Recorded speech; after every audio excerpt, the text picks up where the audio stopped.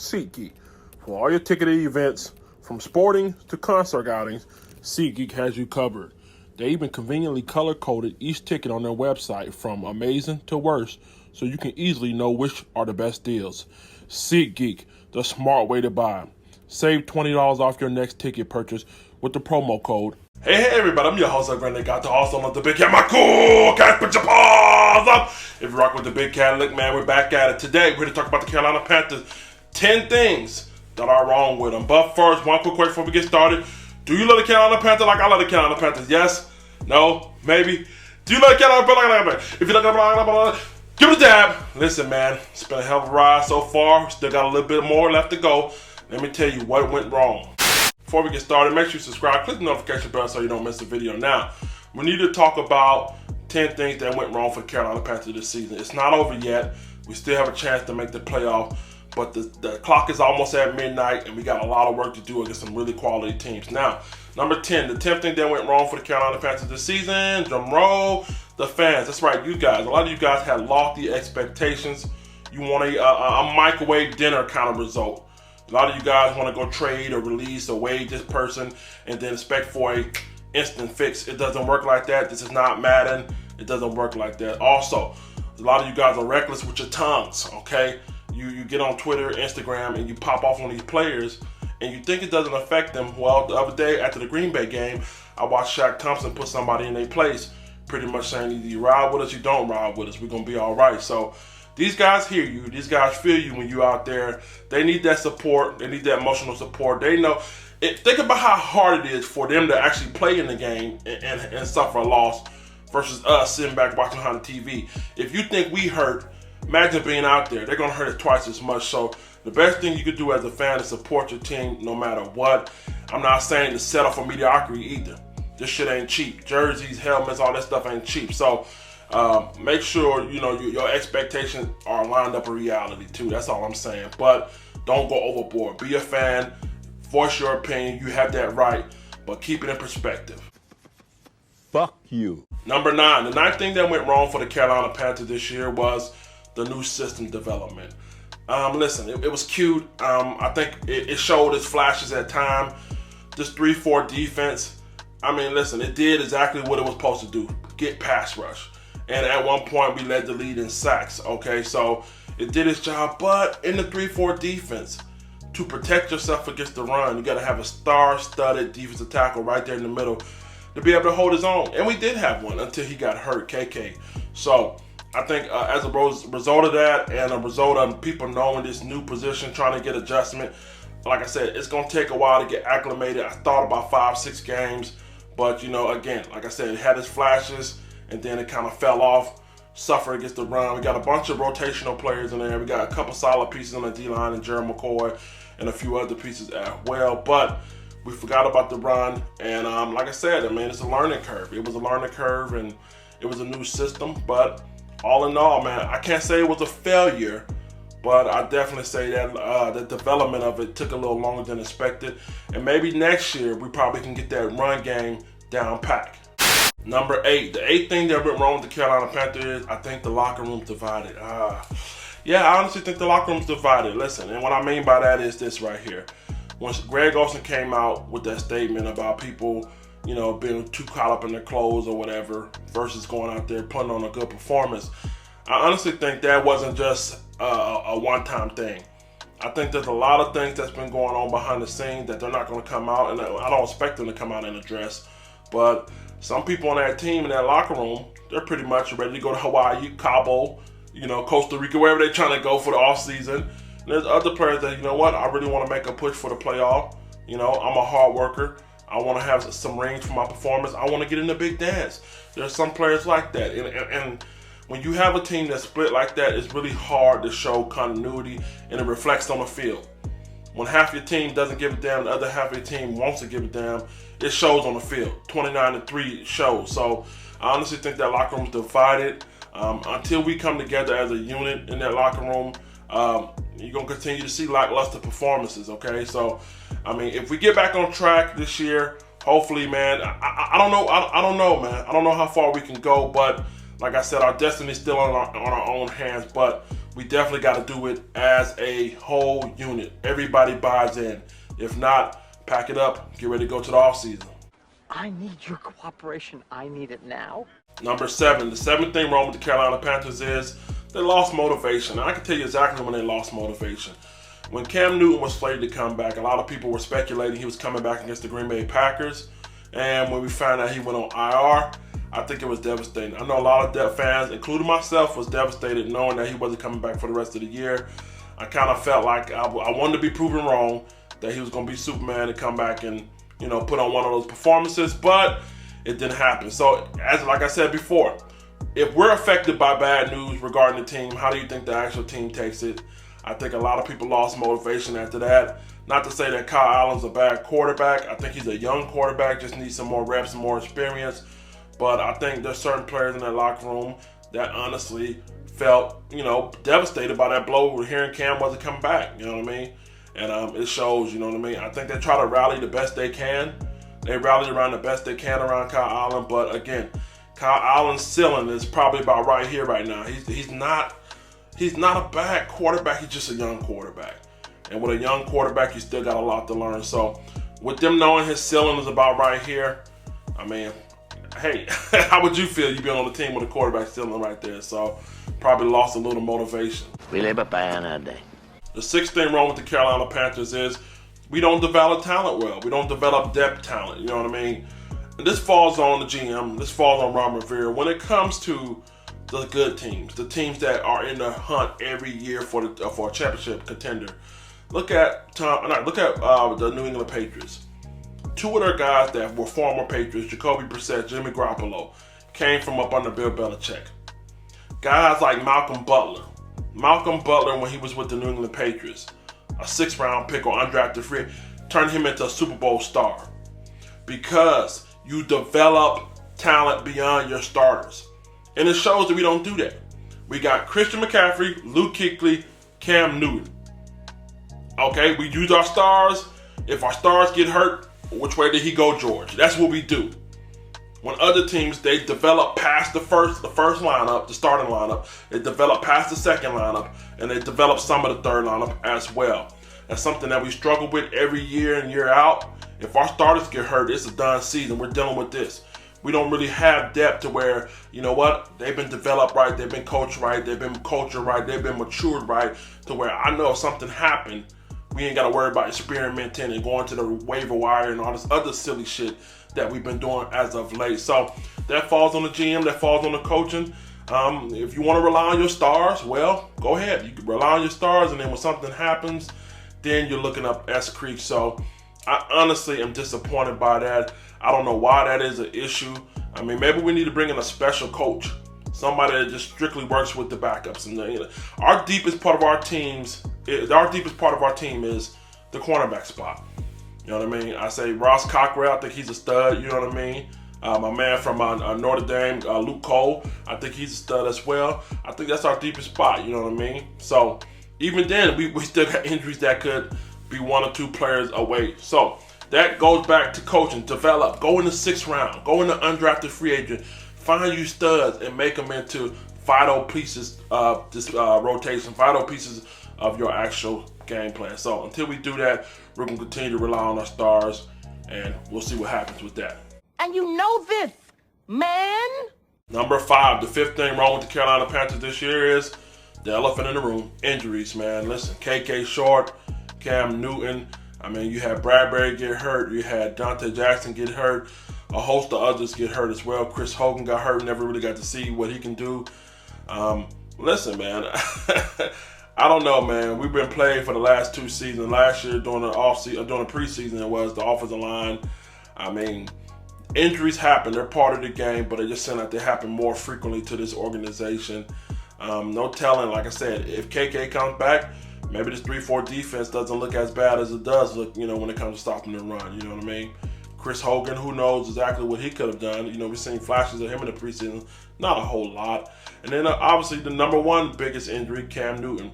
If Cam Newton's healthy, Cam is definitely an impact player. He's a Hall of Famer, All-Star, all that good stuff. But he hasn't been healthy. So injuries have definitely hurt us. And that's the 5th biggest reason why the Carolina Panthers are struggling. Help! Number 4, the fourth thing that went wrong for the Carolina Panthers is time. Listen, no man can control it, no man can possess it, but time has not been kind to the Carolina Panthers. And what I mean by that is, listen, you got Kyle Allen, you got DJ Moore, you got a bunch of other young guys on this team that can really play. They honestly can play, but it takes time to develop them. This goes back to my previous statement I made earlier in this video where it's not a microwave society, man. I mean, well, it is a microwave society, but it doesn't produce that kind of results. These guys are going to be good. DJ Moore's going to be good. Curtis Samuel's going to be good. I think Kyle Allen's going to be a good backup. He's going to be a solid backup, and he's going to make his money being a backup. But it's going to take time. It's going to take time, and something we don't have because we got an explosive weapon back there, Christian McCaffrey. I think you see Luke Kuechly back there. He's starting to show some wear and tear. Listen, man, we don't have time, but that's one of the things that went wrong with it, man. Just give us a little more time, maybe a year or two, maybe a different coaching staff. Who knows? Just a little more time, and I promise you, you're going to see the money that was invested into this team come to fruition, well worth it. Y'all killing me with this. Number 3, the third thing wrong with the Carolina Panthers this year is the run defense. Listen, this run defense has been atrocious, and as I said earlier in my video, when it comes to the system, I think, it has been a learning curve. But not only that, I think it's just guys not doing the job. I mean, not maintaining their gaps, not getting penetration. I mean, it's a lot of different things that go into playing D-line. I told you I used to play D-line as well. When I was getting my ass whooped, if I couldn't maintain my gap, you know what I did? I would literally drop down and I would grab the offensive lineman's ankle and I would follow him. You know what happens? When the running back is coming right behind him, trying to go up in that hole, now you got 2 big old bodies blocking that hole. So if I couldn't make the play, I'm clogging the hole up. That's the least I could do, man. So, man, it's been a struggle, man. It's been a struggle to watch. Like I said, the 2 teams that made the Super Bowl last year, the Patriots and the Rams, were top 10 in rushing. So if you can't stop that, obviously you're not going to be nowhere near a championship or even a good team. So, we got a lot of way to go. Like I said, it has a lot to do with KK being hurt and the other players not living up to their expectation. Shout out to what we have, man. I think we did okay with what we have. I mean, we got a lot of role players and players that are not quite good, but they're I don't want to dog them, but they're okay. They're okay players, but you can't have no okay players in that 3-4 defense and expect to stop the run. And if you're going to have some okay players, one thing they gotta be disciplined, and we haven't seen that all year long. So the run defense has been the 3rd biggest problem with the Carolina Panthers this year. I can't get jiggy with this shit. Number 2, anybody want to take a guess at what it is? Dun, dun, dun, dun, dun, dun, dun. Super bad. That's right, man. Cam Newton, man. The second thing that has been wrong with the Carolina Panthers this year. Listen, man. As I said before, the biggest and baddest thing on the earth when healthy. The best quarterback in the league when healthy. The most dominant force in NFL history on the offensive side of the ball in history. When healthy. But he hasn't been that. And I think the Carolina Panthers had definitely missed them. I know I missed them against Green Bay several times. I think Kyle Allen had an opportunity to run. He didn't do it. But like I said, I'm not going to dog on him. I just feel like he needs to be, giving him more time. He's young. But back to Cam. Cam is that guy, man. He's that guy, and I think he really showed us how much we miss him now. With that being said, you got to question whether or not is he injury prone now. Do you give him a long-term deal? Given the fact that he has 2 injuries, 2 season-ending injuries, taking X amount of hits throughout his career, but yet, like I said, the temptation, the allure of him being able to come back and do what he has done so many times, countless times, is out there. So we're kind of teetering with logic, and we're kind of teetering with our hearts. And right now, Tepper, I hope you make the right decision between your brain and your heart. So, hey, I'm glad you got a chance. But nonetheless, Carolina Panthers definitely missed and felt Cam Newton's absence this year. Is you dumb? Number 1, have you ever heard of the Three Stooges? Well, I got something better for you. Have you ever heard of Ron, Norv, and Herney? That's right, man. Listen, it has been atrocious this year. It's going to have to fall on these guys. The number 1 thing wrong with the Carolina Panthers are all 3 of these guys. Let's start with Herney. Herney actually did a hell of a job in the offseason. Brought in Gerald McCoy, signed Brian Burns, got Greg Little, who's been concussion prone, but When healthy, he has been able to show some flashes there. But he has brought Bruce Irvin. They brought in a lot of different moves. So during the offseason, I gave him the General Manager of the Year award. But moving to the trade deadline, man. When it came to that trade deadline, had a couple chances to pull the trigger, maybe get Emmanuel Sanders. And when we look at that deal with Emmanuel Sanders, it didn't take much for the 49ers to get him, I think, like a third-round pick or some shit, second-round pick, something like that, to get that kind of a caliber of a player. No offensive line kind of move, you know what I mean? We brought in Dante Moncrief, no shade to Dante Moncrief. Brought in Mike Davis, no shade to them, but those moves weren't necessarily the moves that we kind of needed, you know what I mean? You got to understand, going into the back half of your season, when you got a chance to make moves to build depth at positions like stopping the run, stopping the run on the D-line, or bringing in a position to help out that cornerback spot. I mean, you signed my man Corn Elder. You brought in Wes Horton, who I like, so good kudos to that. But too many moves were questionable going into this second half of the season, and I think ultimately it probably might cost us in the end as far as building depth. But again, he was my offseason GM or offseason General Manager of the Year, but I can't give it to him now. He got to get the hell on. Next, let's talk about Norv Turner. I dink and dunk ass Norv Turner. Yeah, listen, man. Norv Turner is not 1990s, and Christian McCaffrey is not LT. All right, so, I mean, I know you're an offensive genius and all that good stuff, but listen, teams are figuring you out. I mean, I figured you out with your play calling. So, I mean, when teams realize that you're not going to throw it deep, or, you know what I mean, your quarterback doesn't have that arm strength and you can't come up with anything better than just a check down or a slant route or out route or crossing route or screen or something like that, guess what? They're going to come up and they're going to pressure guys and they're going to be in their face and they're going to play on the other side of the line of scrimmage. So that's when you show your geniusness, and it hasn't really been a whole lot this season. So, I mean, we need a young kind of spread you guys out kind of offense. You know what I mean? And bring in somebody who can come in here and make these guys get open with exotic kind of route kind of combinations. Almost like a fucking, what's my man again? Andy Reid. Get these guys to move in motion. You don't see a whole lot of that. You know what I mean? You just see, I mean, they'll motion into a blocking set, you know what I mean? Or they'll motion over here to a fake revert or a screen or some shit. Get all that in there. Get all that movement. Make people think. Make them players think. They don't have to think a whole lot when they see our offense on the field. See 22 back there, and pretty much it's a wrap, man. You'll get a couple shots to DJ here, a couple of shots to Curtis there, but, you know, 75-80% of our offense is already pretty much plain and simple. Next and last but not least, let's talk about Ron Rivera. Ron Rivera, what a sight for sore eyes, huh? Ron Rivera has been probably the least motivating coach around so far. And a lot of you guys are quick to say, well, if we get rid of him, who are we going to replace him with? Well, I tell you what, a bird in the hand is worth more in the bush, huh? Yeah. Here, the simple fact is this right here. He may be a well-established coach. He may have two-time coach of the year or whatever. But if you're not producing now, what does that matter?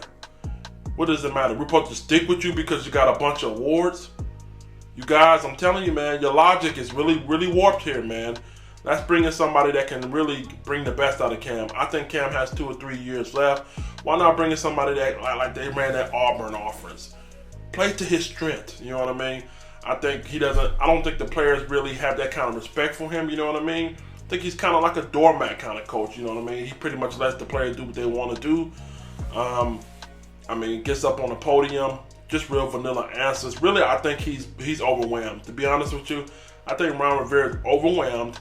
I think the shit's getting the best of him. I think he's been out-coached. His ability to make adjustments in game has been very poor. I mean, you're starting to see Cam Newton really got this man his job, or kept this man his job. Really, you really seen who really got hired who, you know. So, I got love for the G. I mean, shit, he's done a lot. You know, probably the best coach of all time for the Carolina Panthers. But nonetheless, I mean, you're starting to show some chinks in your armor, and time is not on our side right now. We got aging Luke Kuechly. You know what I mean? You got Christian McCaffrey getting older by the year. So listen, man, we got to have a coach in there that has a clear mindset, an aggressive mindset, an open mindset to be able to use these guys in the best position and draw up some good plays. And right now, I think Norv Turner's a little outgassed, outdated. Same way with Ron Rivera. And, even though Hurney has had a bad trade or a bad trade deadline, bad waiver deadline, or whatever you want to call it, I'm willing to give him probably about a half of another chance. But Hurney and Ron Rivera, not Hurney and Ron Rivera, excuse me, Norv and Ron Rivera, I'm out of gas with these guys. They got to get the hell up. I'm your host, Grant. Got the also known as the Big Cat. My cool cat, put your paws up like the man cave. Yeah, man. Make sure you follow us on Twitter, Instagram. Follow us on YouTube. Check this out, man. Get in the comment section. What are your top 10 things wrong with the Carolina Panthers this year? Let's figure this thing out. We on Spotify, Google Podcasts, and anywhere else you can find the Big Cat. Let's get up out of here. Let the church say that. Don't forget to subscribe to the Carolina Panthers custom helmet giveaway video in the playlist. Once we hit 5,000 subscribers, I'll be giving away free a $300 retail value Marvel's Avenger Carolina Panthers helmet. Keep pounding.